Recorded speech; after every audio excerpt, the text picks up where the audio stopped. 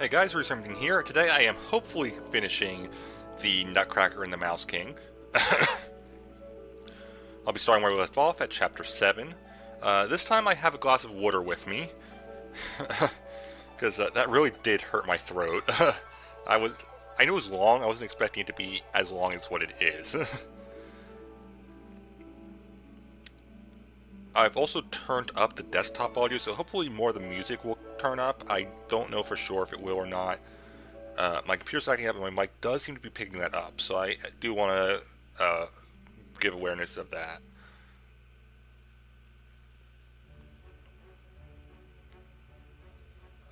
Actually, I should probably check to make sure the right device is being used.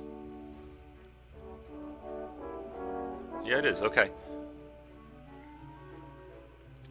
Alright then, Chapter 7, Tale of the Hard Nut. As you may remember, we were hearing Godfather Drosselmeyer's story. Or we're about to. Pearlpat's mother was the wife of the king and therefore the queen, and that made Pearlpat a princess from the very moment she was born. The king was beside himself with joy at the sight of his beautiful little daughter. Sorry, something...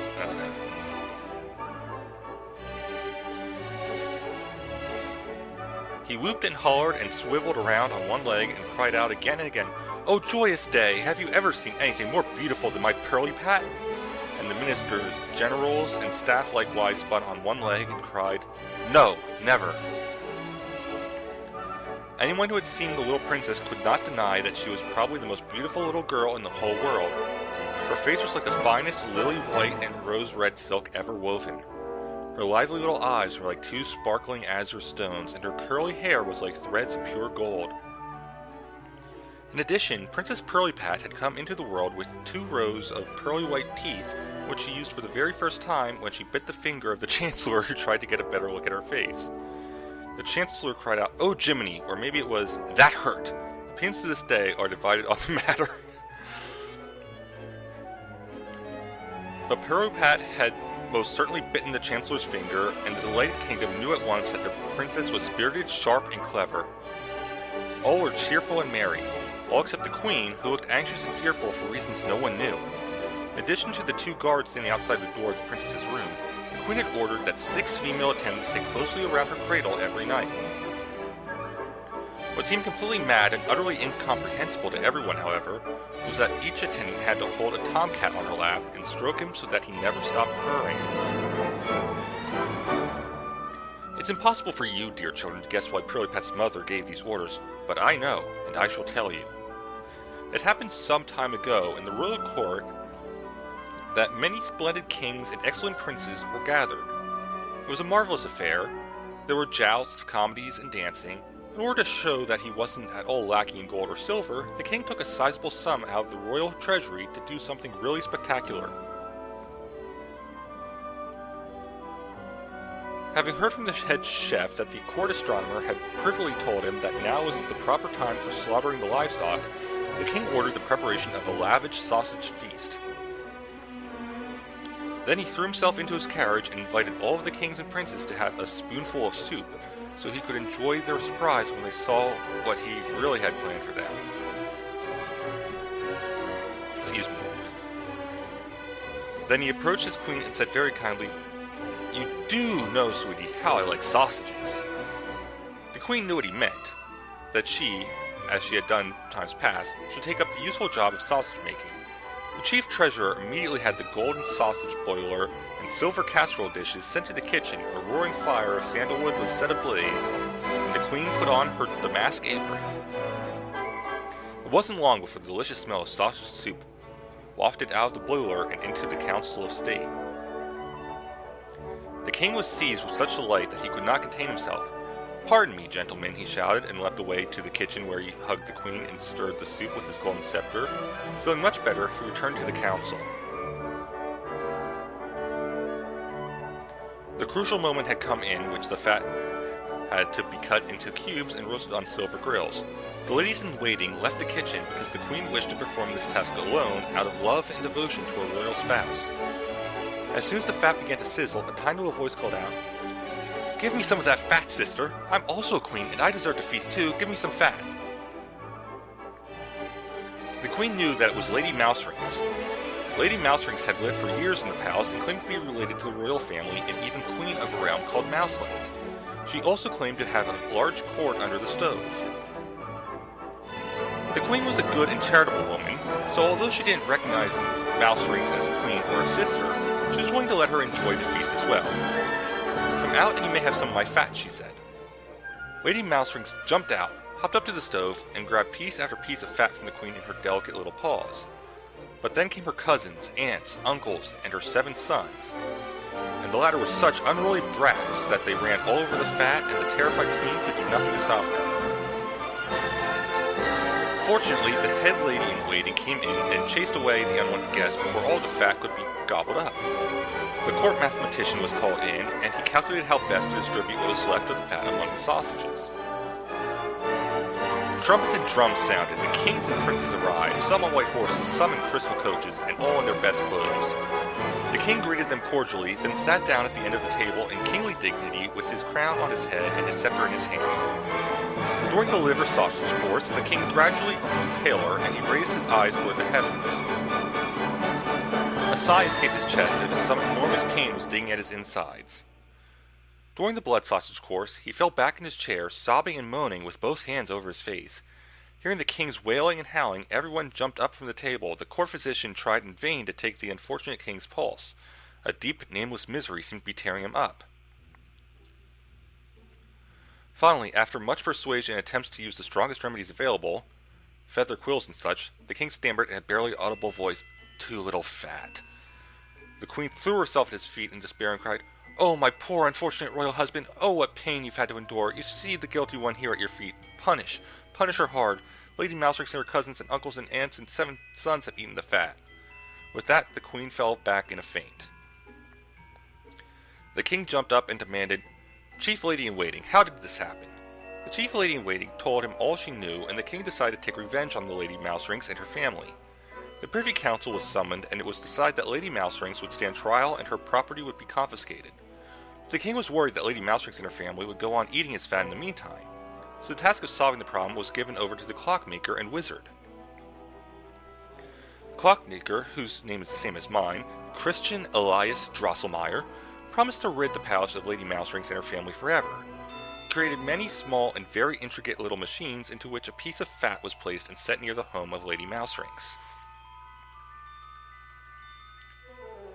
Lady Mouserings was too clever to fall for it herself, but despite her warnings, all of her cousins, aunts, uncles, and even her 7 sons went after the fat. Just as their greedy little paws reached for the fat, a grate slammed shut, trapping the lot of them. Then they were promptly taken to the kitchen and executed in disgrace. Fearing for her life, Lady Mouserings left the castle with what family she had left. Grief, despair, and rage filled her chest.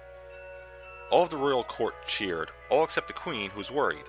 She knew what sort of woman Lady Mouserings was, and that she would not let the deaths of her sons and other family members go unavenged. Indeed, Lady Mouserings appeared one day when the queen was preparing another one of the king's favorite dishes and said, "My family is dead. Take care, my queen, that the Mouse Queen does not bite your little princess to pieces. To pieces. Take care. I have no clue why I said peaches."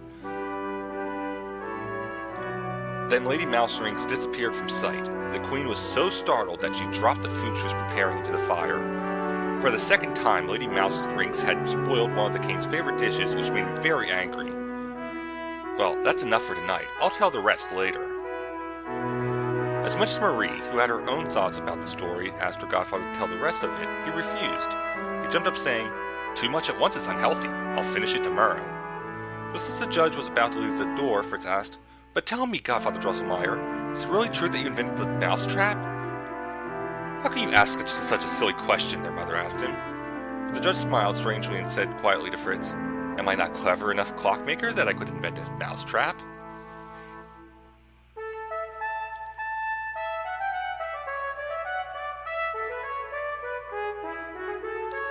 Chapter 8, Continuation of the Tale of the Hard Nut. Now you well know, the judge told the children the next evening, why the queen was keeping their beautiful princess so carefully guarded. How could she help but worry that Lady Mouserings would return and make good on her threat to bite the princess to death? Drosselmeyer's contraptions were of no use against the clever and shrewd Lady Mouserings. The court astronomer, who was also the royal family's private astrologer, had said that Mr. Purr and his family would be able to keep Lady Mouserings away from the cradle. Therefore it happened that every attendant was ordered to hold a tomcat on her lap and stroke his back to make his job a little less tedious. One night at midnight, one of the attendants woke from a deep sleep. The room was as silent as death. There was not a purr to be heard. One could have heard the woodworms nibbling at the timbers. Then she saw a large, ugly mouse standing on its hind feet near the princess's face. With a frightened cry that woke everyone else, the attendant jumped to her feet. Lady Mouserings, for it was none other, ran into a corner. The cats ran after her, but they were too late. She disappeared into a crack in the floor. Just then, Pirlipat woke up from the noise and began crying pitifully. "Thank heavens she's alive," they said. But what horror awaited them! Instead of an angelic little face and a perfect little body, a hideous and huge head was attached to a shrunken and shriveled body. Her sparkling little azure eyes had become staring green eyes that almost looked as if they'd pop out of her head, and her sweet little mouth now stretched from ear to ear.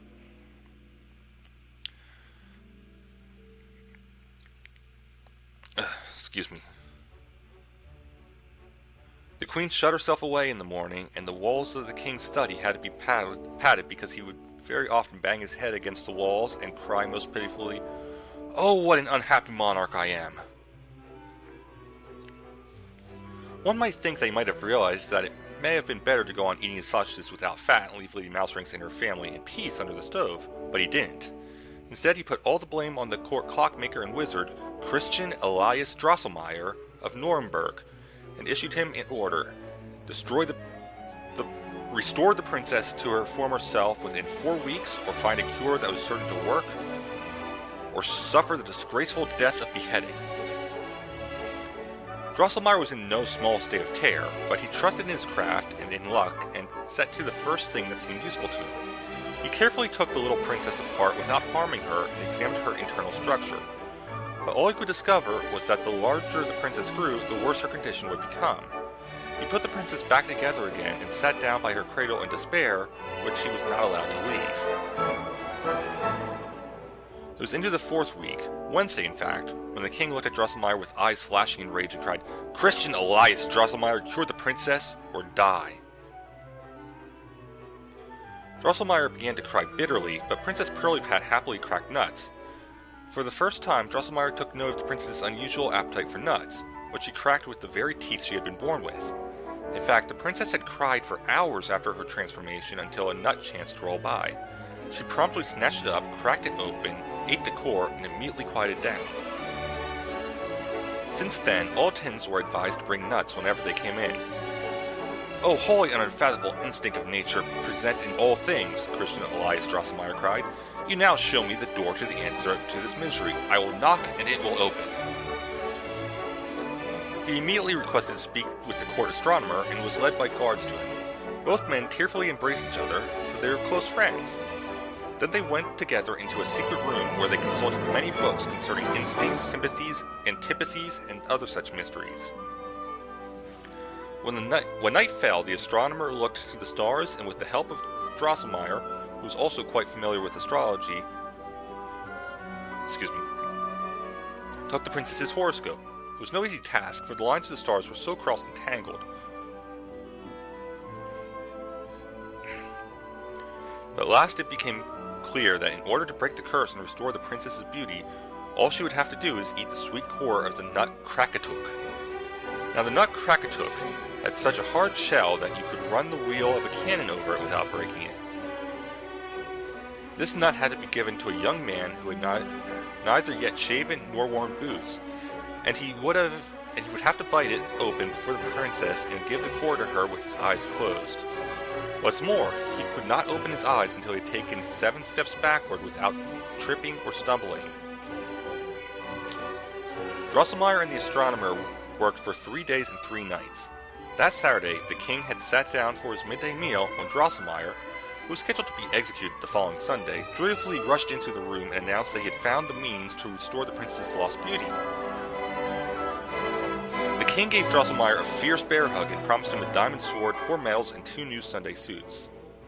After lunch, I expect you'll get to work on this, the king added amiably. I trust, excellent wizard, that you'll make sure that this young man with the Nutcracker in hand hasn't had any wine to drink so he doesn't trip when he goes walking 7 steps backward like a crab. Afterward, he can drink all he wants. Drosselmeyer was dismayed at this, and with trembling and fear informed the king that they neither begun to search for the nut or the boy to crack it, and was uncertain whether Nut or Nutcracker would ever be found.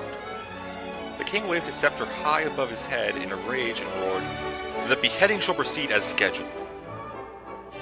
Fortunately for Drosselmeyer, the food had tasted particularly good that day, and the king was in a better mood than usual. This made him more open when the queen, who was touched by Drosselmeyer's distress and asked that he reconsider, Drosselmeyer gathered his courage and explained that he had indeed found out how to cure the princess, and had therefore rightfully won his life back. The king decided that Drosselmeyer was stalling with silly excuses, but after taking a tonic for his stomach, he announced that both the clockmaker and astronomer should set off on foot and not return until they had the Nutcracker in their possession. The queen suggested that they could find the man to do the cracking by regularly placing advertisements in local and foreign newspapers. And here the judge broke off again and promised to tell the rest of the story the next evening. Or if this was originally published in a newspaper like a lot of Charles Dickens stuff was.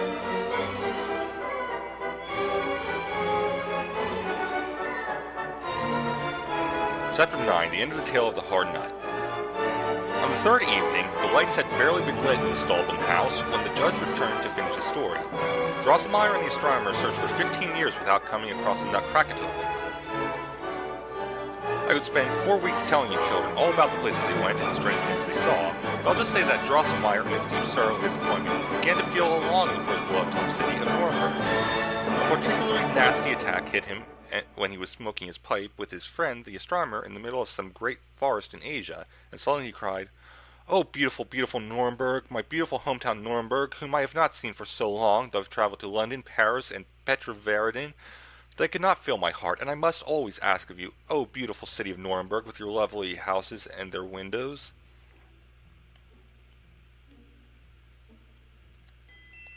Drosselmeyer's cries were so sorrowful that the astronomer felt deep compassion for him, and he began to cry and wail as well.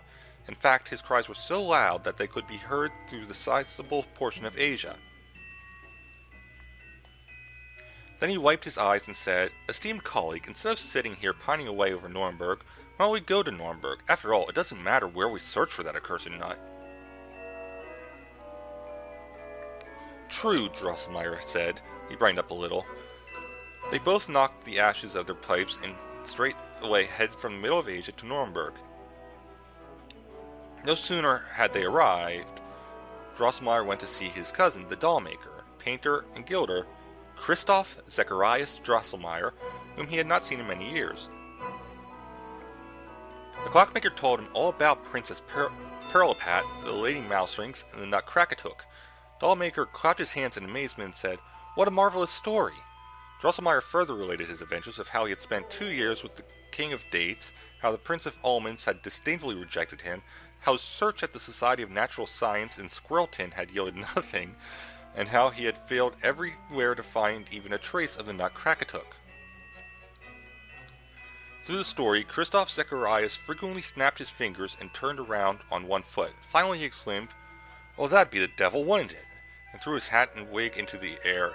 He gave the clockmaker a hug and said, Cousin, all your troubles are over, because unless all the world has conspired to deceive me, I own the Nutcracker."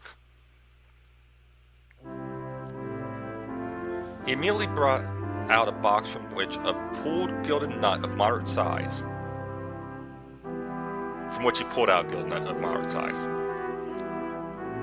"Behold," he said, "many years ago, a nut seller with a bag of nuts came into town around Christmas time. He got into a fight with a local nut seller who didn't think he had any right selling nuts here right outside my shop and had to set his bag down. Then a heavily loaded cart drove over it and broke all of the nuts except one.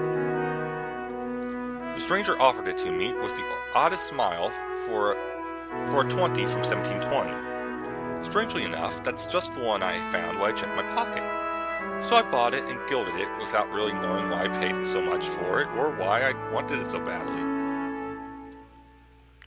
Any doubt that the nut wasn't really Krakatuk was soon lifted when the astronomer scraped off the gold gilding and found the word Krakatuk engraved in Chinese characters. The joy of the travelers was immense, and his cousin was the happiest man under the sun when Drosselmeyer told him that his fortune was made, for he would soon receive a handsome pension and plenty of gold for gilding. Both the wizard and astronomer had just put on their nightcaps and were ready to go to bed when the latter said, "My esteemed colleague, and good fortune never comes but in packs. Not only have we found the Nutcracker End, but also the young man to break it and present the princess with the core of beauty. No, I cannot sleep now," he said excitedly. "I must draw up this young man's horoscope this very night." With that, he tore off his nightcap and began at once to observe the stars. Christoph Zachariah's son was a handsome boy who had never shaved and had never worn boots. In his early childhood, he had been a jumping jack for a few Christmases, but there was no trace of that now, as his father had taught him how to be a proper gentleman. During the Christmas season, which was now, he wore a red coat trimmed in gold, a sword, a hat carried under his arm, and an excellent wig. Thus he stood splendidly in his father's shop and gallantly cracked nuts for young girls, and for this reason they had nicknamed him Nutcracker. The next morning the astronomer gave the wizard a hug and said, "Here he is, we have him. Now there are two things we must not ignore. First, you must make your splendid nephew a sturdy wooden tail that attaches under the jawbone so that his jaw can be firmly shut therewith.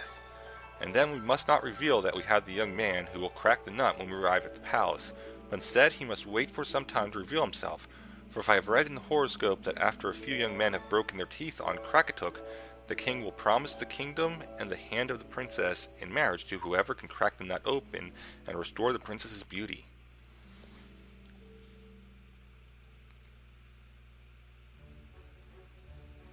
Dollmaker was pleased to have his son marry the princess and become prince and later king, so he gave him up to the travelers. The little wooden tail Drosselmeyer attached to his hopeful young nephew's head worked so well that he was able to crack the hardest of peach pits.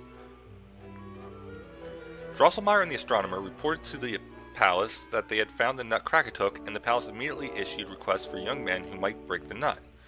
Many arrived to try their own sturdy teeth on the nut and restore the princess, including a few princes. Our two travelers were considerably startled when they saw the princess. Her shriveled body, with its tiny hands and feet, could hardly carry her enormous head. The ugliness of her face was enhanced by a cotton-white beard that had sprouted around her mouth and on her chin. Everything happened exactly as the astronomer predicted. Young men with shoes on their feet and peach fuzz on their faces spit down the Nutcracker and only got a few broken teeth and a sore jaw for their troubles without helping the princess in the slightest. Every young man who had injured himself thus would be carried away, half fainting, by specially appointed dentists.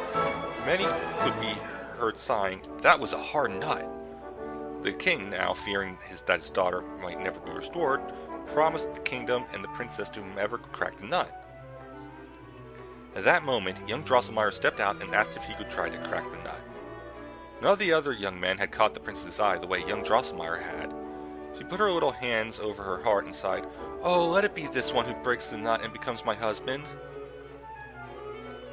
After paying his respects to the king, queen, and princess, the latter especially politely, he took the nut from the Grand Master of Ceremonies. He put it in his mouth and tugged at the tail Drosselmeyer had made for him. Crack, crack! The shell broke into many pieces. The young man removed the fibers from the core of the nut, closed his eyes, gave it to the princess, and began his 7 steps backward. The princess swallowed the core, and, oh wonders, an angelically beautiful young lady stood before them with a face of lily white and rose red, eyes like azure, and hair like curled strands of gold. Trumpets and drums mingled with the cheers of the people. The king and his court danced on one leg as they had the day of the princess's birth, and the queen had to be revived with strong-smelling perfumes because she had fainted from happiness. The commotion did not at all ruffle young Drosselmeyer, who was just taking his 7th and last step.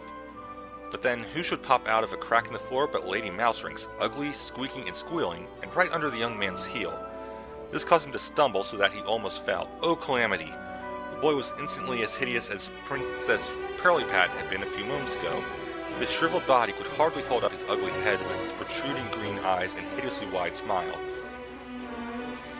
Instead of the little tail the clockmaker had made for him, a small wooden cloak hung from his shoulders that controlled his jaw. The clockmaker and astronomer were beside themselves with horror. Then they saw Lady Mouserings roll onto the floor. Her malice had not gone unavenged, for the pointed heel of young Drosselmeyer's shoe had hit her sharply and fatally in the neck. The fear of death had seized her, for she squeaked and squealed piteously, "Oh, crack a took hard nut, now I must die. Hee hee pee pee, Nutcracker young man, you too will die. My seven-crowned son will avenge my death and take from you your living breath. A life so vibrant and red, I squeak." With that, the Mouse Queen died and was promptly carried to the royal furnace for disposal. In the heat of the moment, everyone had forgotten the young Drosselmeyer, but the princess reminded the king of his promise, and he immediately ordered the young man be brought before them. But upon seeing how hideous the unfortunate boy had become, the princess held her hands over her face and cried, "Take him away! Take that horrible Nutcracker away!" Wow.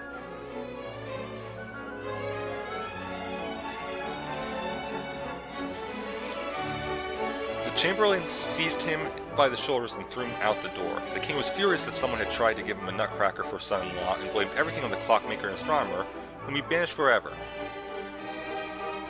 None of these developments had been the horoscope taken at Nuremberg. The astronomer was not deterred from reading the stars again, which now revealed that young Drosselmeyer would become a prince and a king despite his ugliness.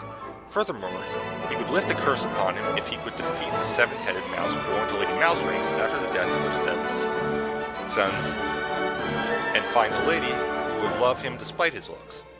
You may have seen young Drosselmeyer in his father's shop in Nuremberg around Christmas time, and now you know that he is not just a nutcracker, but also a prince. And now you know the tale of the hard nut, why people say that was a hard nut to crack, and how the nutcracker became so ugly. Thus the judge ended his story. Marie thought that Princess Pirlipat was a cruel, ungrateful brat. I agree. And Fritz said that if the nutcracker was worth anything, he'd quickly defeat the Mouse King and get restored to his former self again. Alright, time to grab a drink before I read the next chapter. We are almost done, by the way. I believe there's 5 chapters left.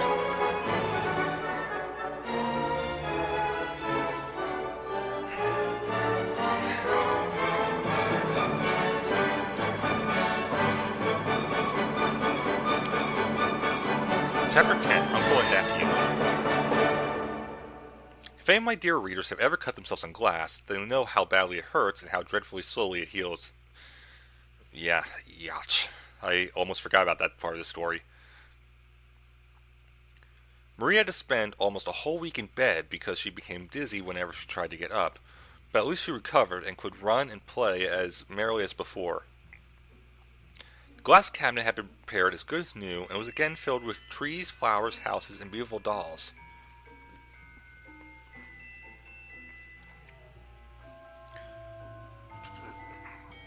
Excuse me, I have no idea why I have to burp so much. Marie was thrilled to see her beloved Nutcracker standing on the second shelf, smiling with all of his teeth intact. As she looked at her favorite toy, she remembered the story Drosselmeyer had told of the history of the Nutcracker and his quarrel with Lady Mouserings and her son. She realized that the Nutcracker could be none other than the pleasant but unfortunately cursed young Drosselmeyer from Nuremberg. The clockmaker from the court of Pirlipat's father could be none other than Judge Drosselmeyer, which Marie had never once doubted. But why? Why didn't your uncle help you? It became clear to Marie that the battle she had seen was in fact a battle for the Nutcracker's kingdom and crown. Were not the dolls his subjects, and had he not fulfilled the astronomer's prediction by becoming their leader? As the clever Marie pondered over this, the more she thought of the Nutcracker and the dolls as living people, and she half expected them to start moving about. But they remained stiff and motionless in the cabinet. But Marie, certain beyond any doubt that they really were alive, decided it was because of Lady Mousering's curse. "But," she said to Nutcracker, "even if you can't move or speak, dear Mr. Drosselmeyer, I know that you can understand me. I know very well. You can count on me to help you if you need it. At the very least, I'll ask your uncle if he can help." Nutcracker didn't move or stir, but Marie thought she heard a faint sigh and a gentle voice through the cabinet just barely audible. "Little Marie, guardian sweet, I'm yours to keep, little Marie." A shiver ran down Marie's spine, but she was comforted nonetheless. Dusk fell, and her father stepped into the room with Godfather Drosselmeyer. Before long, Louise had arranged the tea table, and the family sat down and had a merry conversation. Marie quietly moved her little easy chair near Drosselmeyer's feet and sat down.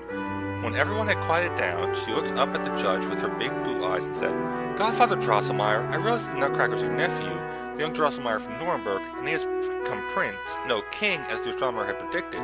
We already know this, and that he is at battle with the son of Lady Mouserings. Why don't you help him?"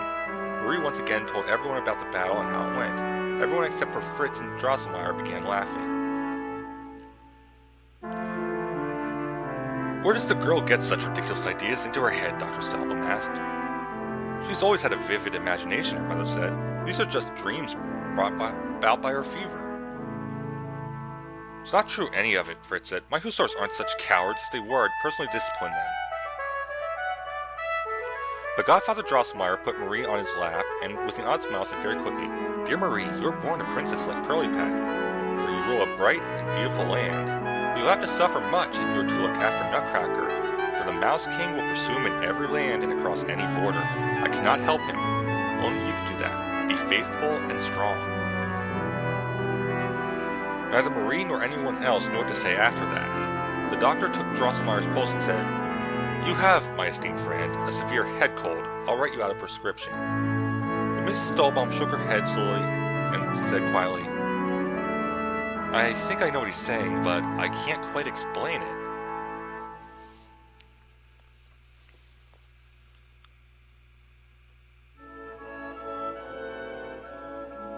Chapter 11, The Victory. It wasn't long after that incident. Oh, I am sorry, I will be back in a moment. Telemarketer. Okay, back to the chapter. It wasn't long after that instant that Marie was wakened one moonlit night by a strange rumbling that seemed to come from the corner of the room, as if small stones were being thrown about with squeaks and squeals mixed in.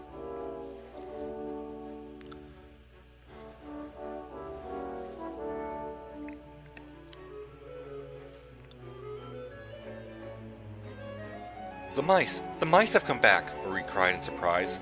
She wanted to wake her mother, but found herself unable to make a sound or move a muscle. She could only watch as the Mouse King squeezed himself out through a hole in the wall. His 14 eyes and 7 crowns glistened as he bounded through the room and made a huge leap up to the top of Marie's nightstand. "Hee hee hee! I must have your sugar balls and marzipan, or I will bite your Nutcracker through," he squeaked and gnashed his teeth hideously.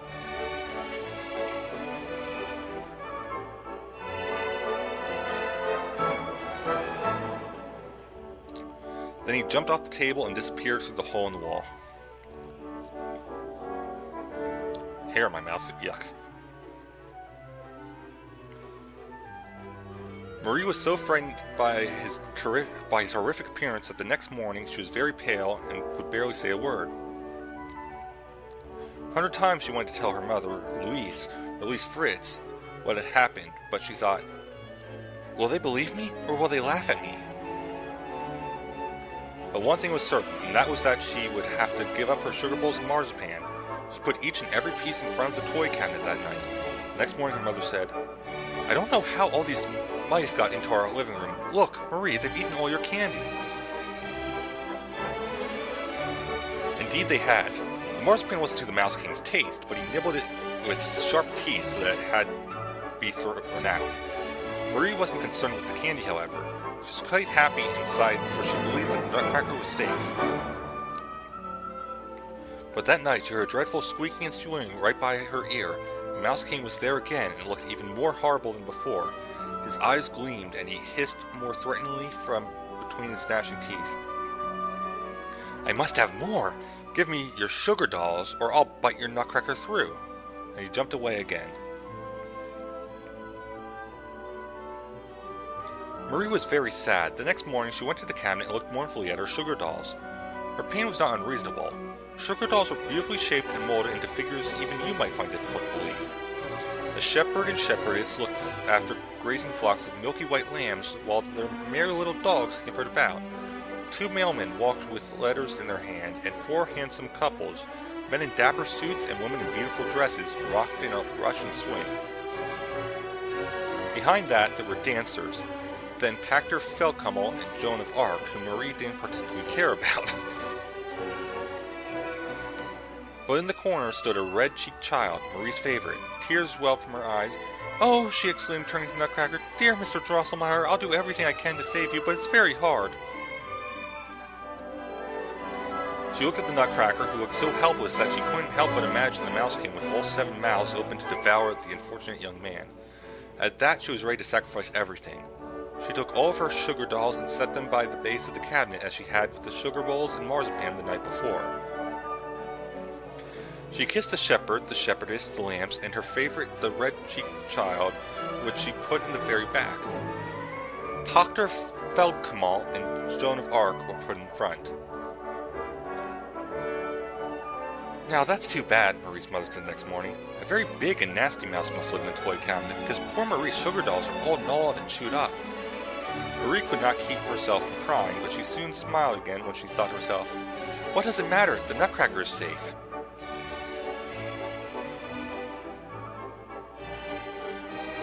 That evening, after Marie's mother told the judge about the damage caused by the mouse in the cabinet, Dr. Stahlblum said, "It's a shame we can't exterminate that infernal mouse that's destroying Marie's candy."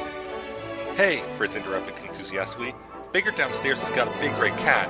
I'd like to bring up. He'll take care of things and bite off that mouse's head, even if it's leading mouse rings or the Mouse King himself." Their mother laughed, and jumped around on tables and couches, knocked down the glasses and cups, and caused a 1,000 other damages. "Oh no, he wouldn't," Fritz protested. "He's a clever cat. I wish I could walk as gracefully on the roof as he does." "Please no tomcats tonight," said Louise, who could not tolerate cats. "Actually, Fritz has a point," Dr. Stolbaum said. "But can we set up a trap, or do we have one?" "Godfather Drosselmeyer can make one. He invented them," Fritz said. Everyone laughed, and after Mrs. Stolbaum informed everyone that there were no mousetraps in the house, the judge announced that he had several. Within an hour, he had gone to his home and brought back a splendid mousetrap. The tail of the hard nut was very much alive inside Fritz and Marie's heads. When Marie saw Dora the cook, whom she knew quite well, brown and fat, all the stories came rushing back to her head. She began to trample toward, "Oh, my queen, beware of mouse rings and her family."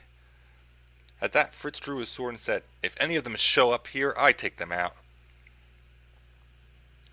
Later, as Fritz watched Drosselmeyer bait the mousetrap and set it into the cabinet, he said, "Careful, Godfather Drosselmeyer, that the Mouse King doesn't play some trick on you." Sorry. I apologize for the feedback there, but my ear was itching really bad.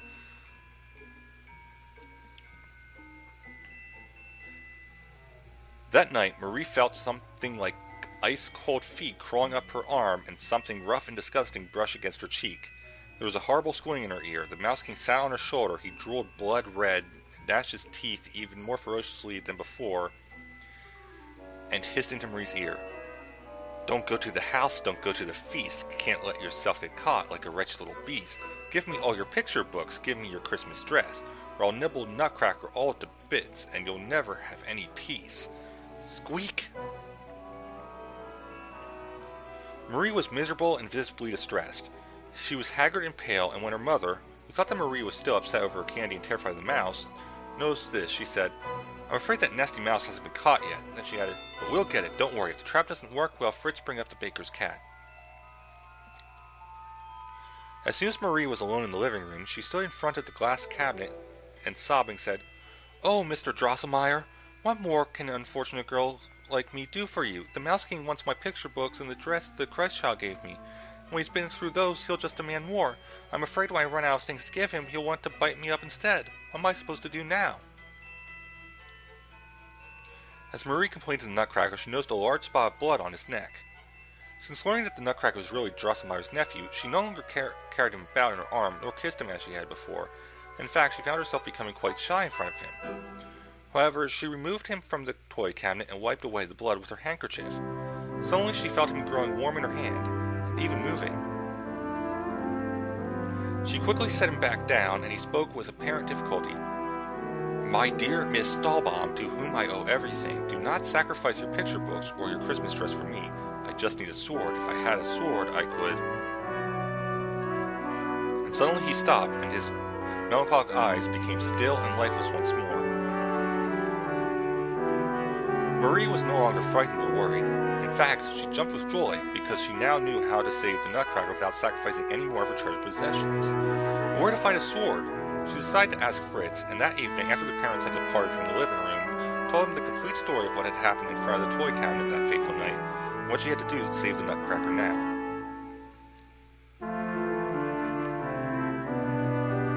Fritz had never thought over anything as hard than what he should do with his hussars after he heard from Marie how badly they performed battle. He asked her very seriously whether it was really true, and after Marie assured him that it was, he hurried to the glass-fronted cabinets and gave them a stern speech.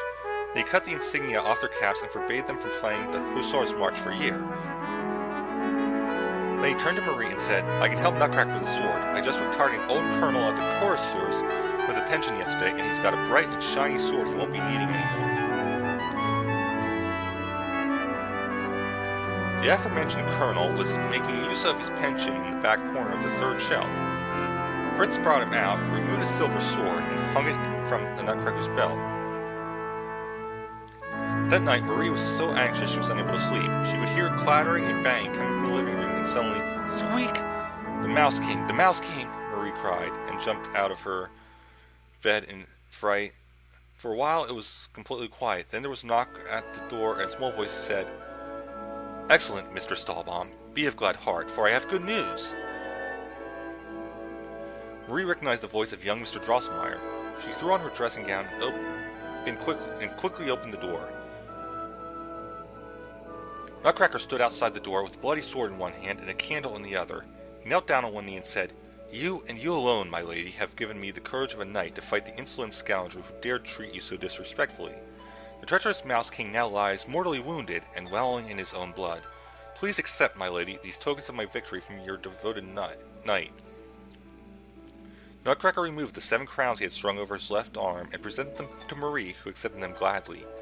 Nutcracker rose to his feet and said, "My excellent lady, with my enemy defeated, I can now show you the most wonderful things. If you will kindly follow me for a short while.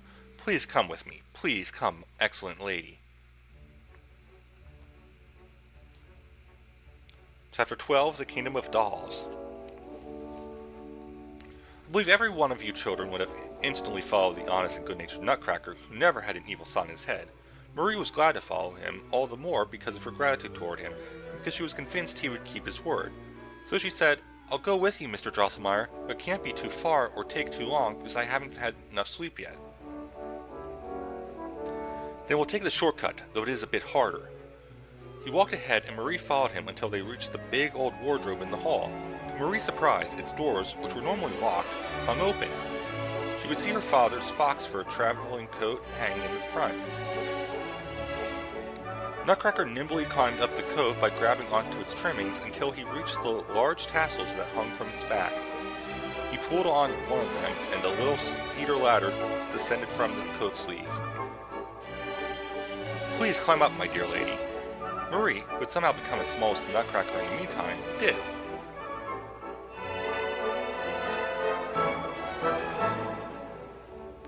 When she drew close to where the collar ought to have been, she could see a blinding light through it. When she pulled herself up and her eyes adjusted, she could see that she was standing in a wonderfully fragrant meadow that sparkled like millions of shimmering gems. "We're in Candy Meadow now," Nutcracker said, "but we'll soon pass through that gate." Marie looked up and saw the beautiful gate, which was just ahead of them. It seemed to be made of white, brown, and rosy-colored sparkled marble. But when she got closer, she could see that it was really made of almonds and raisins baked in sugar. Nutcracker informed her that for this reason it was known as the Almond and Raisin Gate, though the common folk had rather disparagingly nicknamed it the Student Snack Gate. A gallery made from barley sugar had been built out from the gate where 6 monkeys in little red jackets played Turkish marching music. The music was so beautiful that Marie almost didn't notice that the marble path that led through the meadows was really made of beautifully crafted nugget. Soon they approached a grove with an opening on each end, and the loveliest smells drifted out from it. Although it was rather dark inside, gold and silver fruits hanging from the trees sparkled brightly. The branches and trunks were adorned with bouquets and ribbons like a joyous bride and a groom and their wedding guests.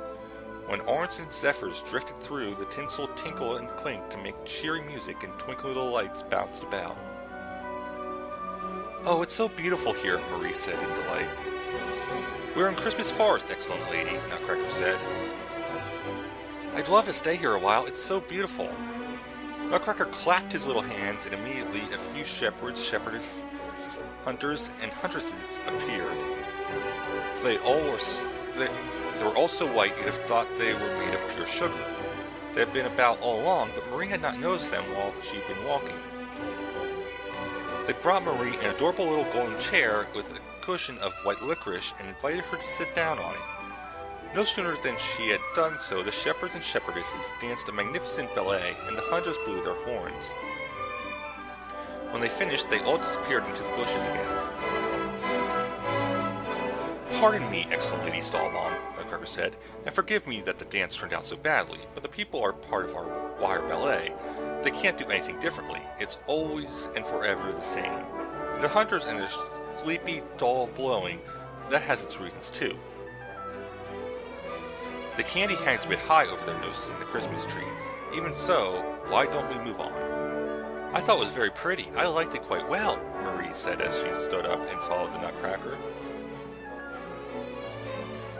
Soon they came to a murmuring, whispering creek that seemed to be the source of the wonderful smells that filled the woods. "This is Orange Creek," Nutcracker explained when she asked. "But aside from the lovely fragrance, it's not nearly as impressive as Lemonade River. They both pour into Almond Milk Lake." Before long, Marie heard a louder rippling noise and saw the wide Lemonade River flowing in amber-colored waves between bushes as bright and green as emeralds in paradise. A cool, fresh scent that strengthened the heart and chest rose from the water. Not far away, a dark yellow stream that smelled uncommonly sweet plodded along, and all kinds of pretty little children sat fishing at its banks. They pulled up small round fish that they ate immediately. As she drew near, she noticed that the fish looked like hazelnuts. In the distance, a lovely little village sat near the river. The houses, church, parson's home, and barns were all dark brown, but the roofs were covered in gold. Many of the walls were painted with bright colors, as though they had been pasted with candied orange peels and almonds. "That's Gingerbread Home," Nutcracker said. "It's on the Honey River. The people there are nice to look at, but they're in terrible moods because they suffer from toothaches, so we'll pass them by." Then Marie saw a small, beautiful town full of colorful and translucent houses. Nutcracker headed straight up to them. Marie heard a ruckus and clamor and saw what had to be thousands of little people unloading carts that had been packed as full as they could in the marketplace. Upon closer inspection, their goods seemed to be multicolored paper and bars of chocolate. "This is Bonbonville," the Nutcracker said. "Shipments from Paperland and from the Chocolate King have just arrived.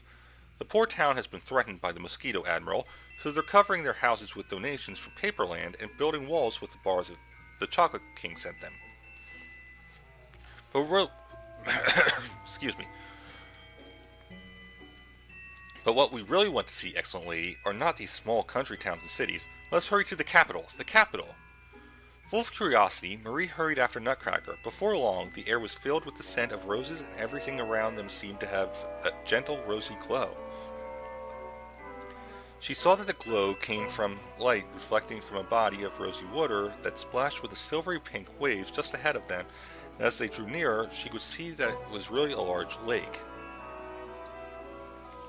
Silvery white swans with golden collars swam about the lake, singing the most beautiful songs in chorus, while fish that shimmered like diamonds jumped up and down as if in dance.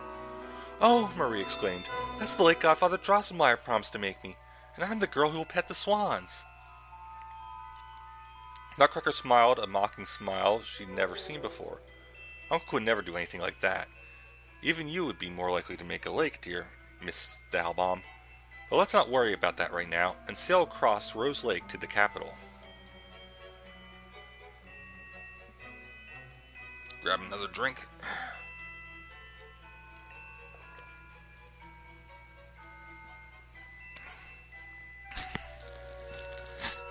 Again, apologies for the feedback.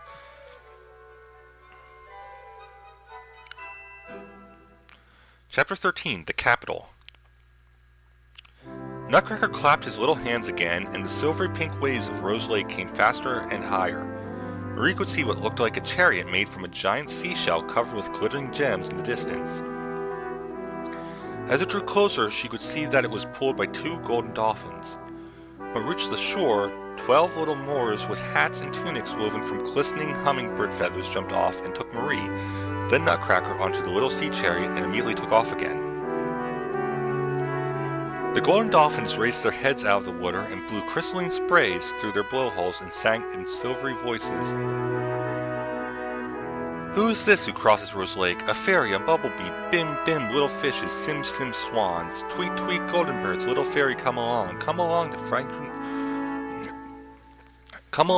fragrant rosy waves.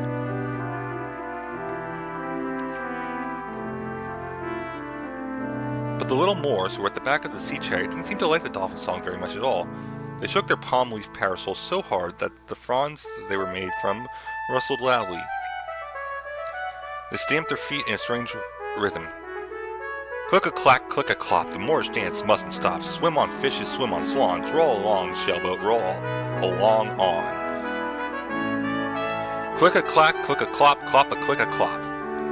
The Moors are amusing enough, Nutcracker said, sounding a little embarrassed, but they're going to make the whole lake rebellious. In fact, it wasn't long before a ruckus of voices from the air and the sea could be heard, but Marie wasn't paying attention. Instead, she was looking at the face of a lovely and charming girl in the rose-colored waters who was smiling up at her. Oh, look, Mr. Drosselmeyer, look down there. It's Princess Pirlipat, and she's smiling at me. Please look, Mr. Drosselmeyer. Nutcracker sighed sadly and said, Oh, excellent Lady Stahlbaum, that is not Princess Pirlipat, but your own face smiling up at you. Marie sat up very quickly, closed her eyes, and felt very ashamed. At that same moment, the Moors lifted her out of the sea chariot and carried her to land. She was in a small thicket that was almost more beautiful than Christmas forest. Everything shone and sparkled, and the fruits that hung from the trees were the most unusual colors and smelled marvelous. We're in Marmalade Grove, Nutcracker said, but there is the capital. And what Marie saw now, I will describe to you, children, the beauty and splendor of the city, which opened into a wide meadow of flowers before Marie's eyes. The walls and towers were resplendent in beautiful colors, and their shape and design was like nothing else seen on earth. Instead of roofs, the houses were topped with finely wrought crowns, and the towers were adorned with garlands of the most delicate, multicolored foliage. As they passed through the gate, which appeared to be made of macaroons and candied fruits, silver soldiers saluted with their rifles, and a man in a brocade gown threw his arms around the Nutcracker's neck. Welcome, excellent prince. Welcome to Confectionery City. Marie was not a little surprised when she saw young Drosselmeyer recognized as a prince by the distinguished-looking man. Then she noticed the confused and noisy din of the city, with its merry and joyous shouting, laughing, playing, and singing, and such was the noise that she was distracted from all other thoughts. Nutcracker, what's all this noise about? She asked. Excellent Lady Stahlbaum, this isn't anything special. Confectionery City is a densely populated and merry city. It's always like this. Please, come farther inside. They had hardly taken but a few steps when they came to a huge marketplace. It was a glorious sight. All of the houses were made from sugar, filigree. Rows of pillars and arches were stacked high, and in the center of it all was an obelisk made of cake. On each side of the ladder were 4 marvelous fountains that bubbled with lemonade, orangeade, and other delicious sweet drinks, and the basin was full of cream so thick you could have eaten it with a spoon. But prettier than all of this were the people gathered together by the thousands. They laughed, joked, and sang. In short, they were the source of the noise Marie had noticed earlier.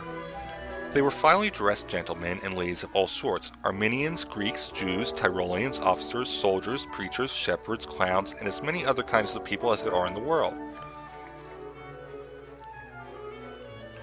At one corner there was an even greater din, and the people were scattering in all directions, for the Grand Mogul, who had been carried in on a palanquin accompanied by accompanied by 93 grandees of the realm, had 700 slaves had unexpectedly run into the annual parade conducted by the Fishermen's Guild, which comprised of 500 members. Unfortunately, a Turkish general suddenly had the idea to ride into the marketplace with 3,000 Janissaries, and by an extra stroke of bad luck, the procession of the interrupted sacrifice came by singing and playing, "Let us thank the Almighty Song." Let us thank the Almighty Sun, right up to the cake obelisk. When all four of these parties met, there was a great pushing, shoving, and squeaking. There was suddenly a great wailing, as a fisherman had knocked a Brahmin's head off, and the Mogul had nearly been run over by a clown. The noise grew louder, and it looked like riot was going to break out, when the man in the brocade robe climbed to the top of the cake obelisk, rang a bell 3 times, and cried out, "Candyman! Candyman! Candyman!" Suddenly, the din died down, and everyone was busy getting back to their business as best they could. The processions involved got back on the tracks. The Mogul was picked up and dusted off, and the Brahmin's head was put back on the shoulders. The merry din resumed itself, and everything went back to normal. "Who's this Candyman they're talking about, Drosselmeyer, sir?" Marie asked. "Excellent Lady Stahlbaum, the Candyman is an unknown but terrifying power which is believed to control the destiny of these people, and is the eventual doom of them all. They are so terrified of it that the mere mention of its name quelled the greatest turmoil, as the Lord Mayor has just demonstrated. When its name is mentioned, no one thinks any more of earthly matters such as pokes in the ribs or knocks onto the head, but stops and asks, what is the nature of man, and what is his fate?" Marie could not contain a cry of astonishment when she stood before a castle with 100 towers shining with a rosy red glow. Now and then, rich bouquets of violets, narcissuses, tulips, and methiolles were hung from the walls.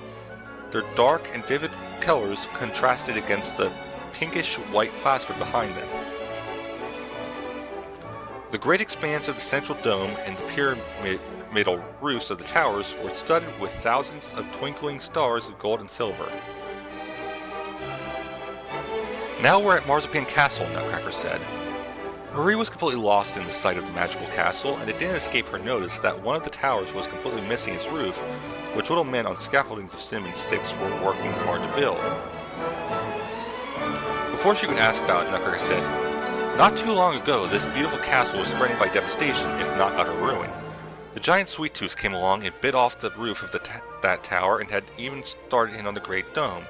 The people offered him a whole district and part of Marmalade Grove instead, which he ate up and continued on his way." At that moment, a soft and pleasant music began to play, and the gate opened. 12 little page boys walked out holding lighted clove sticks like torches. Each of their heads was a single pearl, and their bodies were made of ruby and emerald.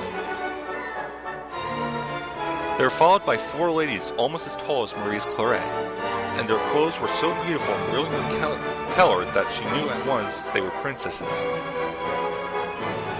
They tenderly embraced Nutcracker and shouted joyously, "My lord, my prince, my brother!" Nutcracker seemed very moved by this display of affection and wiped tears from his eyes. He took Marie by the hand and said emotionally, "This is Lady Marie Stahlbaum, the daughter of a very respectable doctor and the one who saved my life. Had she not thrown her shoes at the right time and later found me a sword, I would be in the grave, bitten to death by the Mouse King. Tell me, does Pirlipat, who was born princess, compare to Marie's beauty, goodness, and virtue? No, I say, no!" All the ladies shouted, "No!" and tearfully embraced Marie, crying, "Oh, noble savior of our brother, noble Lady Stahlbaum!" The ladies escorted Nutcracker and Marie into the interior of the castle, into a room where the walls were made of pure sparkling crystals of every color. But Marie was most taken by the dear little chairs, tables, dressers, desks, and other furniture standing around, made of cedar and brazelwood and strewn with golden flowers. The princesses had Marie and Nutcracker sit down and immediately announced that they themselves would prepare them a meal. The princesses fetched bowls and pots of the finest Japanese porcelain, as well as spoons, forks, knives, and graters, and other kitchen utensils plated with gold and silver. They brought in the finest fruits and sweets, such as Marie had never seen before, and began to squeeze the fruits, crush the spikes, and grate the sugar almonds with their delicate snow-white hands. They were so efficient in their work that Marie could see what expert chefs they all were, and that she could expect a splendid meal. It was also exciting to watch that she secretly wished she could help them.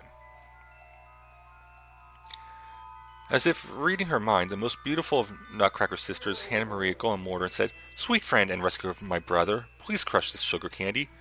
Marie cheerfully crushed the candy in the mortar, which made a pleasant, almost musical sound. Nutcracker began to tell at length how he had fared badly against the Mouse King's army, and how the cowardice of half the troops had led to their defeat, how the Mouse King had wanted to bite him to pieces, how Marie had been forced to sacrifice many of his subjects in her service, and so on. As Marie listened to him tell the tale, the sound of the mortar seemed to grow more distant and indistinct, and a silver mist seemed to rise out of the floor and surround the princesses, the Nutcracker, and even herself. She heard strange singing, buzzing, and humming noises in the distance that seemed to draw closer, and felt herself rising as if on waves higher, higher, higher, and higher.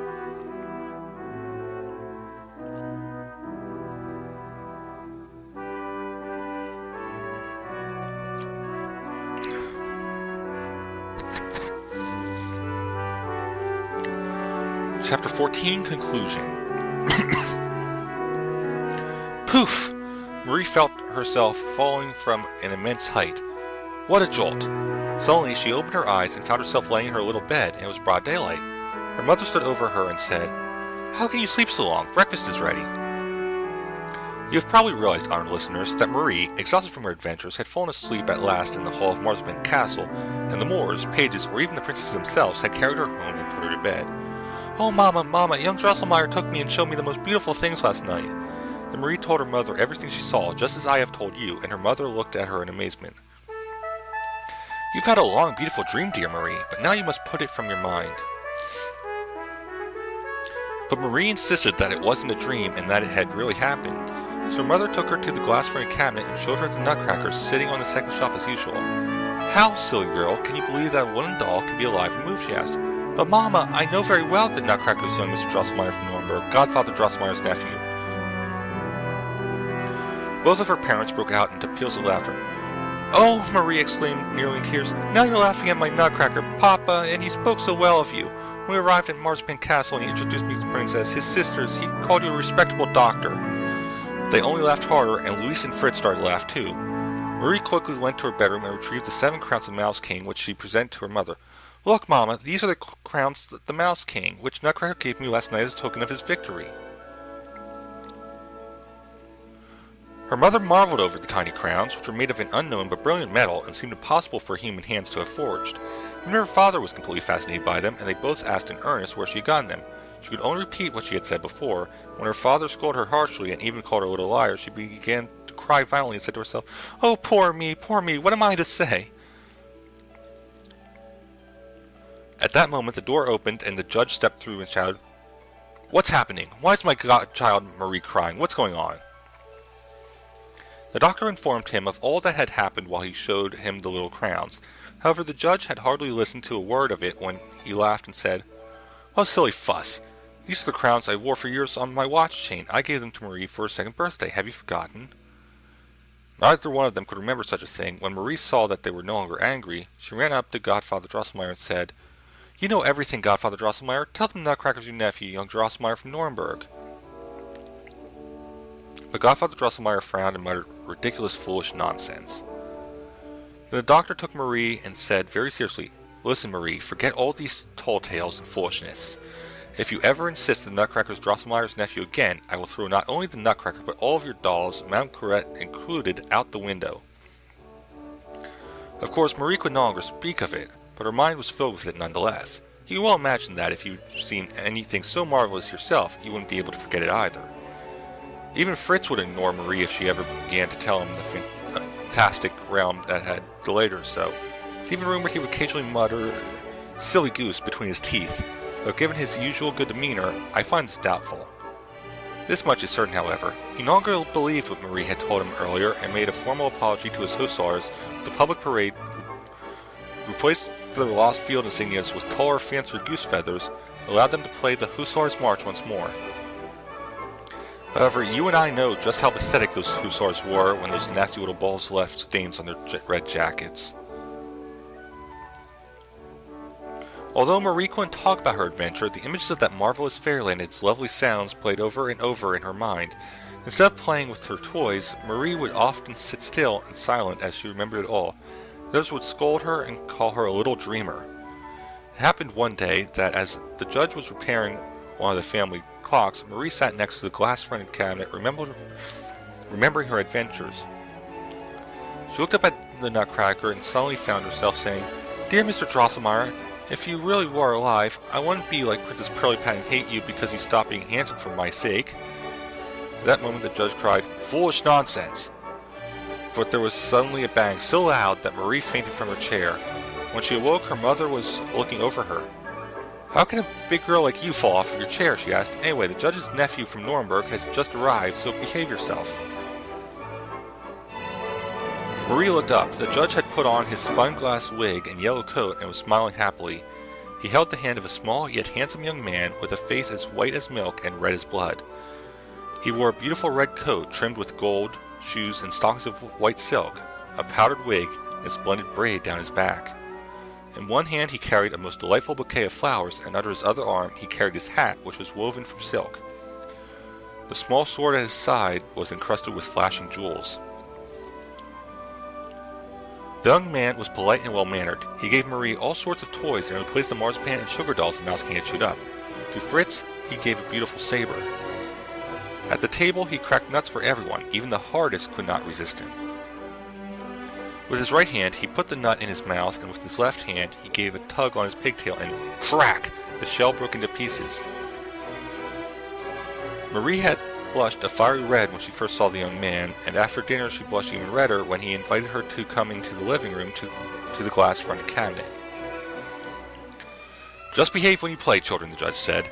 "Now that all the clocks are telling the right time, I've nothing against it."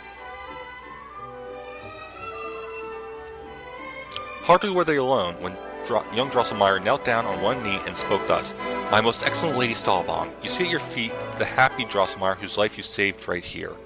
When you said that you would not hate me like the cruel Princess Pirlipat for whose sake I became ugly, I immediately ceased to be a hideous nutcracker, and received my former and not unpleasant form again. O noble young lady, please make me happy by giving me your worthy hand and sharing my kingdom and crown. If you do, you shall reign with me in Marzipan Castle, for there I am king."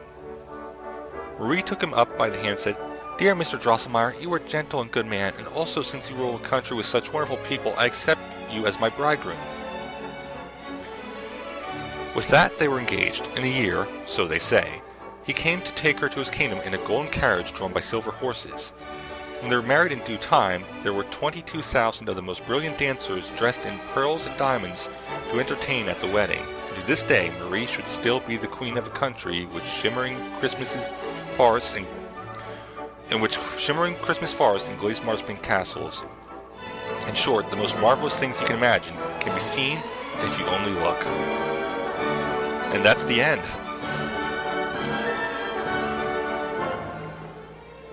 I'm glad I finally finished that. That was really good. Obviously, the ballet kind of just takes the middle portion of it. I still feel like Lady Mouserings is not the bad guy in this tale.